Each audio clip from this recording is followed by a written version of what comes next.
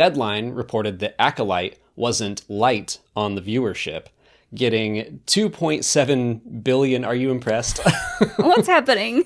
Am I being punked? But The Acolyte turned out to be the second most viewed show on Disney Plus in 2024, getting 2.7 billion minutes watched. So I think it did have strong viewership, but they just threw so much budget at it that Disney itself was saying, like, it didn't perform well enough for the budget we gave it. And it's like, well, gosh, guys, maybe... What do we need to do? Yeah, maybe think about the budgets a little harder. Okay, well, what does a show have to do to prove that it's good enough to get renewed? People are watching it. Basically, all the shows that we have now were coming out or were announced back when there was just this big streaming boom. And companies were just throwing money at any project, like, we just need content, go, go, go. And I don't think they put much thought into the future. This isn't just a Disney Plus problem either. Netflix does this too, where they just put out shows and there'll be like a great first season of something and then they're just like, nah, not gonna do any more of that. They just kind of like throw everything at the wall and cross their fingers that it's gonna be as big as Stranger Things or The Mandalorian. And when it's not, they're just like, well, oh well. You know what I think Disney Plus needs to do? Like official podcasts for their shows, because the Severance one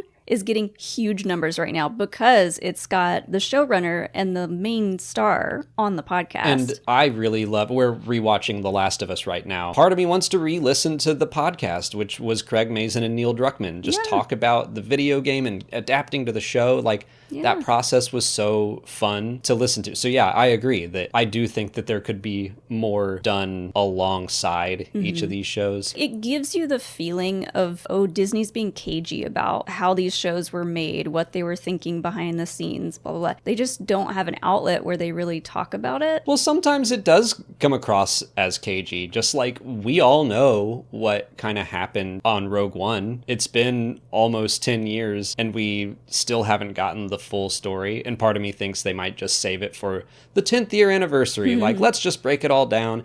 Andor's come out. Tony Gilroy will occasionally say something vague about where the story was at when he came on. Yeah.